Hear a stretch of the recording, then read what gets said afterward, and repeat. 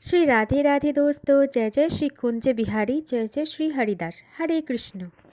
दोस्तों, दुख और कष्ट तो हमारे सबके जीवन में आते हैं, और जब भी ये दुख और कष्ट हमारे जीवन में आते हैं हम बहुत ज़्यादा चिंताग्रस्त हो जाते हैं। दोस्तों, एक बात तो हम सभी को मान लेना चाहिए कि इस धरती में आकर कोई एक समय से सुखी और एक समय से दुखी नहीं रहता है। कभी किसी के जीवन में सुख आता है तो कभी उसी के जीवन में दुख भी आता है। लेकिन हम सब दुख और सुख के बीच में एक फ़र्क निकाल देते हैं कि सुख में बहुत आनंद मिलता है और दुख में हमें कष्ट मिलता है। अगर हम ये सोच के दुख को सुख की तरह आनंदमय कर ले तो हमारी दुख की भाग भी कम हो जाएगा। लेकिन हम सब ये काम नहीं कर पाते। पता है क्यों? हम सब सांसारिक जीवन में ज़्यादा उलझे हुए हैं। इसीलिए जब भी हमारे जीवन में दुख आते हैं हमें बहुत पीड़ा होते हैं, बहुत कष्ट होते हैं, और तभी हम भगवान को भी कोस देते हैं कि भगवान आप ही ने हमारे जीवन में कष्ट और दुख लाए हो। दोस्तों, हमारे जीवन में कुछ भी क्रिया का भगवान से कोई नाता नहीं है। हम जो भी काम करते हैं अपने मर्जी से करते हैं और सोच समझ के ही करते हैं, और उसका फल हमें सोच समझ के ही मिलता है। वो कहते हैं ना, जैसा कर्म होता है वैसा ही फल होता है। यदि हम कर्म करने के समय सोच लेते हैं तो फल भुगतने के हमें कोई दुख नहीं होता। कभी आप कोई वैष्णव जन से पूछिए कि उनके जीवन में भी दुख आता है क्या? क्या उनको भी दुख होते हैं, उनको भी कष्ट होते हैं? वो भी आप और हम की तरह बोलेंगे, हाँ हमें भी कष्ट होते हैं, पीड़ा होते हैं, दुख आते हैं, लेकिन हम उनमें भी खुशी रहते हैं। और ये सब चीज़ों का एक ही कारण होता है दोस्तों, जो भी भगवान के भक्त होते हैं, जो भी वैष्णव जन होते हैं, उन सबको ये सांसारिक कोई भी वस्तुओं से मोह नहीं होता। जिन लोगों को मोह नहीं होता उन्हें कष्ट भी नहीं होता।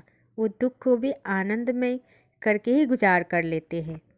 इसीलिए भागवत गीता में भी कहा है कि जब भी दुख आए तो उसको खुशी खुशी भोग लिया करो।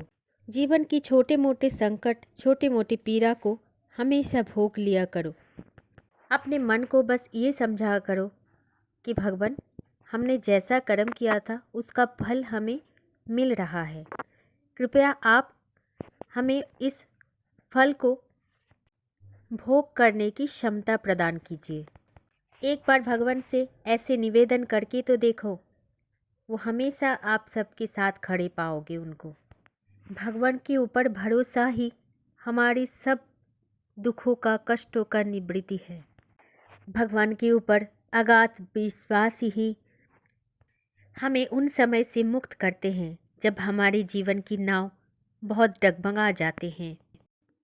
हमें तो बस इतना ही करना है कि हमारे जीवन को उनके चरणों में सौंपकर बस निश्चिंत होकर अपना कर्म करने जाना है।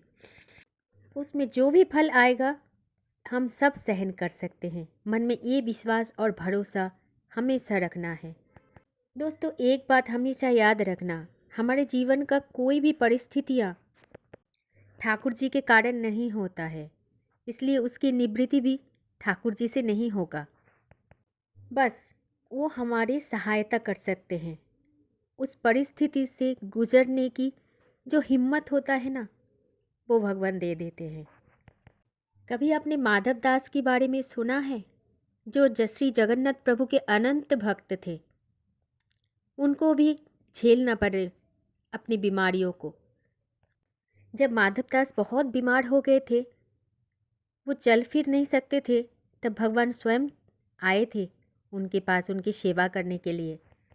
लेकिन माधव दास ऐसा भक्त था जो भगवान को पहचान भी लिया था कि देखा कि स्वयं जगन्नाथ भगवान आके उनकी सेवा कर रहे।